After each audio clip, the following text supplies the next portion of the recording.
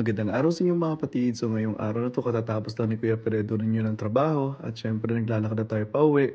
Medyo pagod ako diyan pero nakatanggap ako ng isang mensahe sa isang teacher doon sa Pilipinas na nagpapasalamat tungkol doon sa kanilang graduation ceremony na siyempre, nakapagbigay saya tayo sa mga bata sa Pilipinas.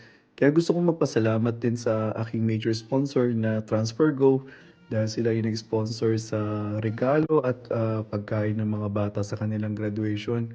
Nakakatuwa na at nakakatanggal ng pagod yung nakita mo yung ngiti ng mga bata na masaya sila na natanggap yung munting regalo nila.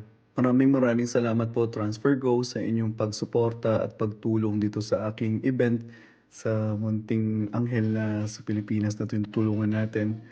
Ang TransferGo po hindi lang basta-basta isang remittance company, ay talagang tumutulong din sila sa ating mga community katulad nito na nag-sponsor sila sa akin na natutuwa ako at nakakataba ng puso na may mga kumpanya na katulad ng TransferGo na tumutulong sa community. Maraming maraming salamat po at talagang nakakatuwa at nakakagaan ng damdamin na makita yung mga bata na masaya.